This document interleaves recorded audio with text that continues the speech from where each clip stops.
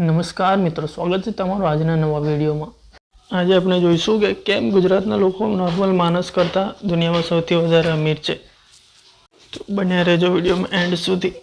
તો દુનિયાના ટોપ 10 અમીર આદમીઓમાં તો 5 આપણા ગુજરાતીઓ જ છે। જો ભાઈઓ, જેમ કે રિલાયન્સ, અદાની, વિપ્રો સહિત રૂટમાં સિમ્પલી, પાર્લે, એશિયન પેન્ટ્સ આ પણ ગુજરાતમાંથી જ છે।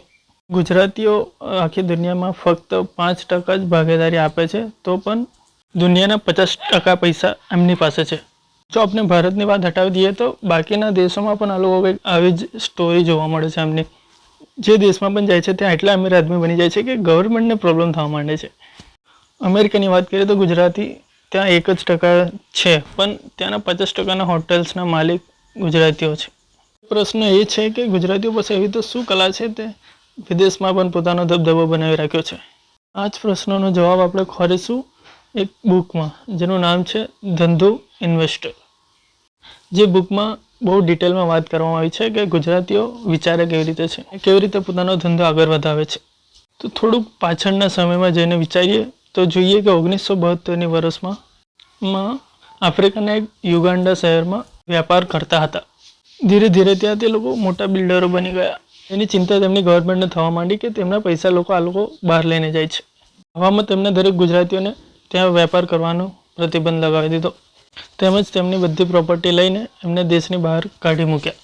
આવામાં કેટલાક ગુજરાતીઓ પોતે ભારત પાછા આવી ગયા અને કેટલાક લોકો USA જતા રહ્યા।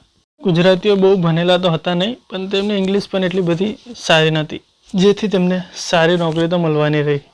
અને તેથી તેમણે જોયું કે અમેરિકાના મોટા ભાગના લોકોનો મતભેદ ચાલી રહ્યો છે, કારણ ત્યાં ડીઝલ પેટ્રોલનો ભાવ બહુ વધી ગયો હતો। લોકોએ ટ્રાવેલિંગ લગભગ બંધ કરી દીધું હતું, જેનો અસર પડી તેના મોટેલ બિઝનેસ ઉપર।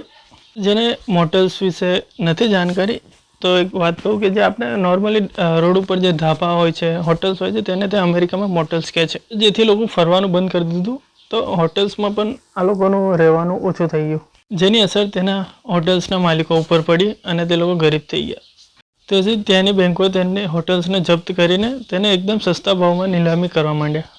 એમાં એક એ વાત સારી હતી કે જે લોકો આ હોટેલ્સને લેવા ઈચ્છે છે તેને બેંક 90% લોન ઓફર આપી હતી। તેમજ ગુજરાતીઓ ત્યાં નવા રહેવા આવ્યા હતા અને તે લોકોને રૂમની વ્યવસ્થા જોતી હતી, તો ત્યાંથી તેમની નજર પડી આ હોટેલ્સના મોટા એક બિઝનેસ ઉપર કે તેમની ફેમિલીને રહેવા માટે ઘરની સખ્ત જરૂર હતી। ત્યારબાદ જ્યારે બહારના દેશો સાથે તેમનો સગવડ સારી રહેશે ત્યારે ઓઇલની જે પ્રાઇસ છે એ ઓછી થશે અને તેથી આ હોટેલ્સના બિઝનેસને ગ્રોથ મળશે। તો તેઓએ પૈસા ત્યાં ઇન્વેસ્ટ કરવાનું વિચાર્યું, પણ પૈસા ન હતા।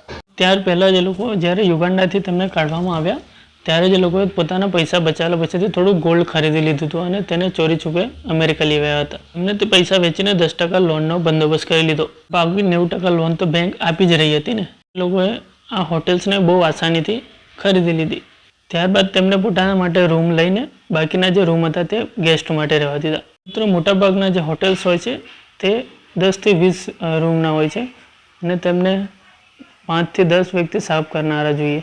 તેથી ગુજરાતીએ વિચાર્યું કે એ લોકો આટલા સ્ટાફને રાખીને કરશે પણ શું, અને તેમનો પગાર પણ આપવાનો મુશ્કેલ થશે।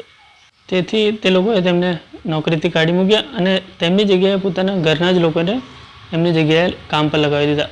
સાફ સફાઈ તો કોઈ કપડાં ધોવાનું કામ ચાલુ કરી દીધું।